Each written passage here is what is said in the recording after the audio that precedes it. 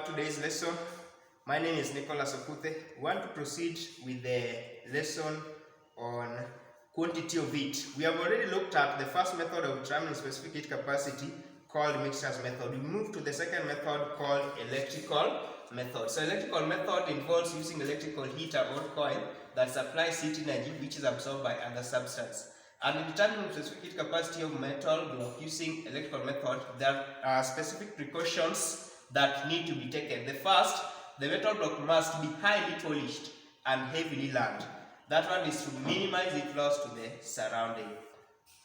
Then the holes should be filled with a liquid with oil to improve thermal contact between the heater and the thermometer. Remember, if you put thermometer directly in contact with the solid, then the bulb may not be able to record the accurate temperature of that substance. So inside this hole, we need oil, so that the metal block, once heated, will heat the oil and the thermometer will be able to record the temperature of that oil, which will be the same as the temperature of the metal block.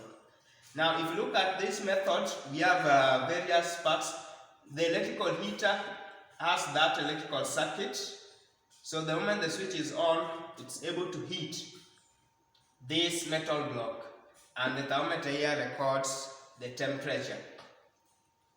So we'll see that in determining this, when we want to determine specific capacity of the metal block, we'll say heat given out by the heater here is equal to heat absorbed by the metal block, and that only occurs whenever there is no heat loss to the surrounding. Example is a metal block of mass 0.5 kg heated electrically. If the voltmeter reads 20 volts, ammeter 4 amperes, and the temperature of the block rises from 25 to 95 in 8 minutes, calculate specific heat capacity of the metal block. So if you look at that, we now say heat supplied by the heater is equal to heat absorbed by the metal block. Heat supplied by the heater, because we are given voltage, current, and time, then we say VIT is equal to MC delta theta. The B here, subscript B there, implies that we are referring to the metal block. So voltage is 20, current is 4, time is 8 minutes, which we convert to seconds, we mark by 60, is equal to mass of the metal block 0.5. Specific heat capacity we don't know. Change in temperature is 95 minus 25. So if you simplify the right hand side and you simplify the left hand side, then you equate or you make the unknown the subject of the formula. So specific heat capacity C will be 38,400 divided by 35, which gives us 1097.14 joules per kilogram per Kelvin. There is also another example there. Next one, determining the specific heat capacity of a substance of water.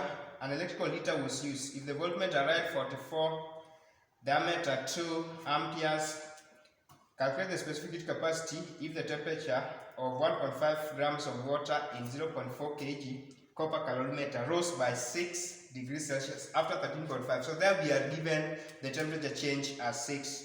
So we just equate heat supplied by the heater is equal to heat gained by the water plus the calorimeter. There are two things here gaining heat: the water inside the calorimeter and the calorimeter itself. So VIT is equal to heat gained by the water MC delta theta. We are using subscript W to denote water, plus MC delta theta, we are using subscript C to denote calorimeter. Then we just substitute what we have.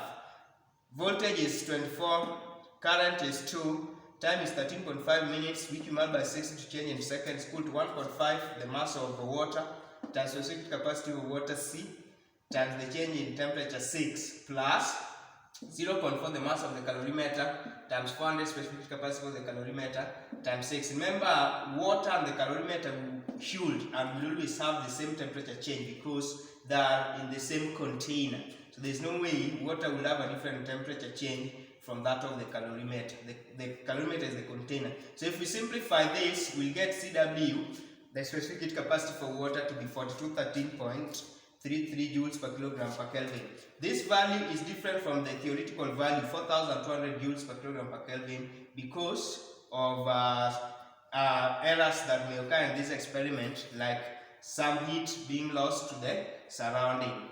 Yeah, so that's why we need to have those precautions. So you can have also this exercise. A man wanted to have a warm bath at 35 degrees Celsius. He had 4 kg of water in a basin at 90 degrees Celsius. What mass of cold water 23 must he have added to the hot water to obtain his choice of bath. Neglect heat loss to the and take specific heat capacity before 200. So if there is no heat loss, then heat loss by the warm water is equal to heat gained by the cold water. So you just equate the two. Heat loss by the hot water is mc delta theta. Heat gained by the cold water is also mc delta theta. Then you just substitute the information you have there and work out the mass. So we'll move to a step further into change of state. Remember, we learned of two changes of state: latent heat of vaporization and latent heat of fusion. So we know many cases substances they always change from solid to liquid or from liquid to gas and vice versa. And whenever there is that change of state from one state to another, then heat is normally given out or absorbed.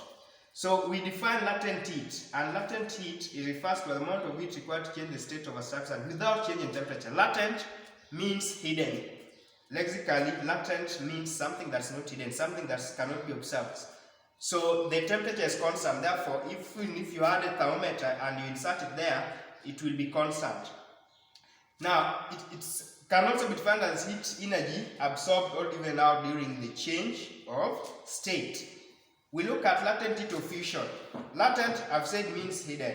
Fusion is the change from liquid to solid or solid to liquid, what we refer to as melting. Therefore, with those words, we define latent heat of fusion as the amount of heat required to change the state of a substance from solid to liquid without change in temperature or at constant temperature. So when a liquid changes from solid, then latent heat of fusion is given out. So if a liquid changes to solid, but if a solid changes to liquid, then latent heat of fusion is absorbed. Note the difference. Then we have specific latent heat of fusion, and we are using L subscript F. L subscript F means specific latent heat of fusion.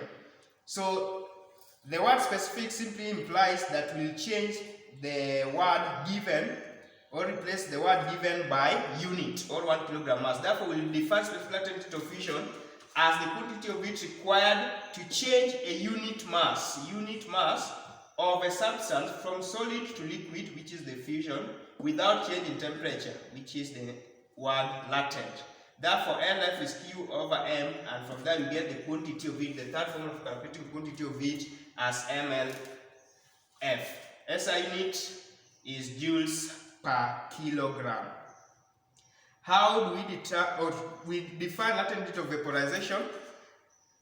Just as we have defined latent heat of fusion, vaporization is the change from liquid to gas. So, when a liquid changes to gas, then latent heat of vaporization is absorbed or given out.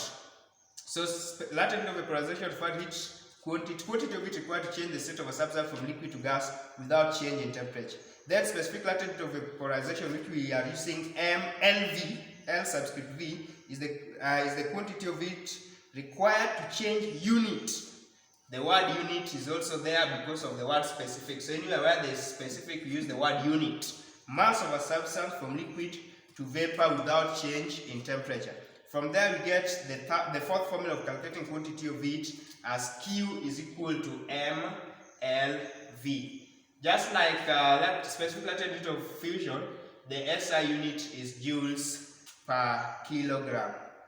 So there we have a graph of temperature against time for a substance that was heated. Let's say it is a solid heated from some temperature, like ice at -10. If you heat ice, the temperature will first rise up to a point whereby it becomes flat. So it will rise to some point. That point where it flattens is the melting point. So at the melting point, if you continue to heat, temperature will remain constant. So as time goes, temperature is constant. So that place, it is melting, and the process, it is absorbing latent heat of fusion.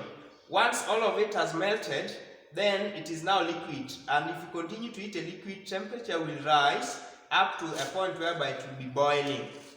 Yeah, so in that case we have what we call the boiling point. So the temperature there is the boiling point and the process is boiling. In the process of boiling, it is absorbing latent heat of vaporization. So those are what we have regarding these latent heats. I know if time is available, you'll be able to look at more, especially the calculation part of it in our next lesson. Thank you.